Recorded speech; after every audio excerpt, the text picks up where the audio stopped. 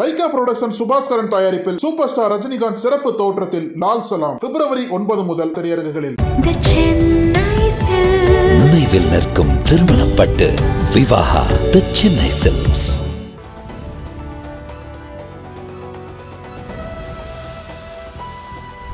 மன்னர் குடும்பத்துக்கு என்ன சாபம்? இளவரசிக்கு ஆபரேஷன், மன்னருக்கு கேன்சர். அடுத்து யாருக்கு என்ன நடக்குமோ? அன்றே சொன்ன நாஸ்ட்ரடாம்ஸ்.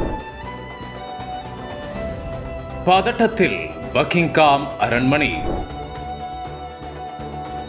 சூரியன் மறையாத பேரரசு என இங்கிலாந்தை வரலாற்று ஆய்வாளர்கள் கூறுகின்றனர். ஏனெனில் சூரியன் உதிக்கும் தேசத்தையும் மறையும் தேசத்தையும் தங்களது ஆளுகைக்குள் வைத்திருந்தனர் இங்கிலாந்து ஆட்சியாளர்கள். இவ்வளவு பெரிய பேரரசின் சக்தி வாய்ந்த ஒற்றை நபர் ராணிதான். இங்கிலாந்து ராணி 2ஆம் எலிசபெத் கடந்த 2022ஆம் ஆண்டு செப்டம்பரில் மறைந்தார். அவரின் மறைவிற்கு பிறகு அவரது மகன் 75 வயதான 3ஆம் சார்லஸ் 2023ஆம் ஆண்டில் இங்கிலாந்தின் புதிய மன்னராக முடிசூடினார். தொடர்ந்து ஓராண்டு காலமாக மன்னருக்கான பணிகளில் ஈடுபட்டு வந்த 3ஆம் சார்லஸ் புரோஸ்டேட் சுரப்பி வீக்கத்தால் பாதிக்கப்பட்டதாக தகவல் வெளியானது. புரோஸ்டேட் சுரப்பு வீக்கம் என்பது 50 வயதுக்கு மேற்பட்ட பெரும்பாலான ஆண்களை தாக்குகிறது.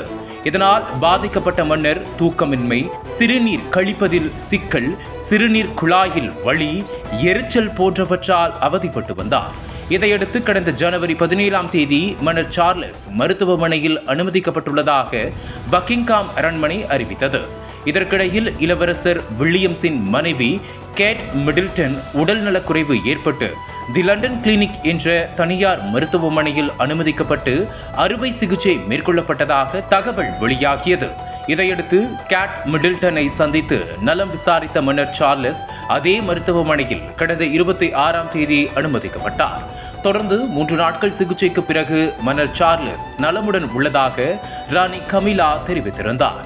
இந்த நிலையில் கடந்த பிப்ரவரி 5ஆம் தேதி பக்கிங்காம் அரண்மனையிலிருந்து பரபரப்பு அறிக்கை வெளியானது. அதில் இங்கிலாந்து மன்னர் 3ஆம் சார்லஸிற்கு புற்றுநோய் பாதிப்பு ஏற்பட்டிருப்பதாக அதிர்ச்சி தரும் தகவல் ஒன்று தெரிவிக்கப்பட்டிருந்தது. அந்த அதிகாரப்பூர்வ அறிக்கையில் விரிவடைந்த புரோஸ்டேட் சுரப்பி தொடர்பாக மன்னர் சார்லஸுக்கு அளிக்கப்பட்ட மருத்துவ செயல்முறையில் அவருக்கு புற்றுநோய் இருப்பது கண்டறியப்பட்டது. அதற்கான மருத்துவ சிகிச்சை இன்று தொடங்கப்பட்டிருக்கிறது. அதனால் பொதுவெளியில் மக்களை சந்திக்கும் நிகழ்ச்சிகளை ஒத்திவைக்குமாறு மருத்துவர்கள் அவரை அறிவுறுத்தியிருக்கின்றனர். அதே சமயம் இந்த காலகட்டத்தில் அரசு, வணிகம் உள்ளிட்ட தனது வழக்கமான பணிகளையும் அவர் மேற்கொள்வார். தன்னுடைய சிகிச்சை பற்றி மன்னர் மிகவும் நேர்மையாக இருக்கிறார். விரைவில் முழுமையாக பொதுப்பணிக்கு திரும்புவார். உலகில் உள்ள அனைவருக்கும் இது விழிப்புணர்வை ஏற்படுத்தும் என்ற நம்பிக்கையில் தனக்கு புற்றுநோய் பாதிப்பு ஏற்பட்டிருப்பதை அவர் அறிவித்திருக்கிறார் என்று தெரிவிக்கப்பட்டிருந்தது. ஆனால் மன்னருக்கு என்ன வகையான புற்றுநோய் என்ற தகவல் ஏதும் வெளியாகவில்லை. இதையடுத்து மன்னர் பொது நிகழ்ச்சியில் பங்கேற்க கூடாது என மருத்துவர்கள் அறிவுறுத்திய நிலையில் ராணி கமிலாவுடன் தேவாலய வழிபாட்டில் பங்கேற்றார்.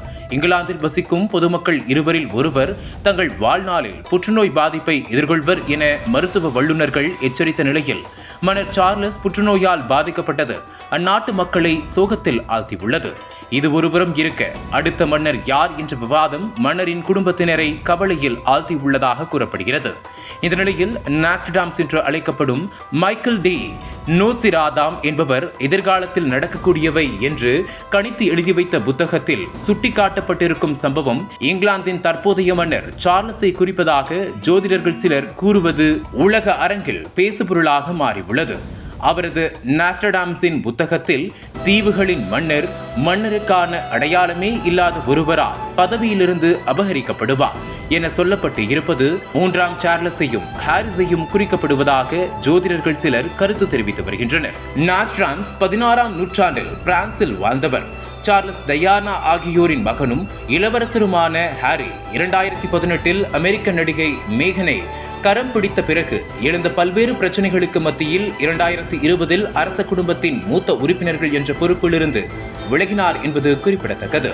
அதுபோல பிரேசிலில் வாழும் அத்தோஸ் சால்மே எலிசபெத் மகாராணியின் மரணம் கோவிட் மற்றும் எலான் மஸ்க் ட்விட்டரில் செய்து இருக்கும் மாற்றங்கள் வரை முன்கூட்டியே கணித்ததாக சொல்லப்படுகிறது.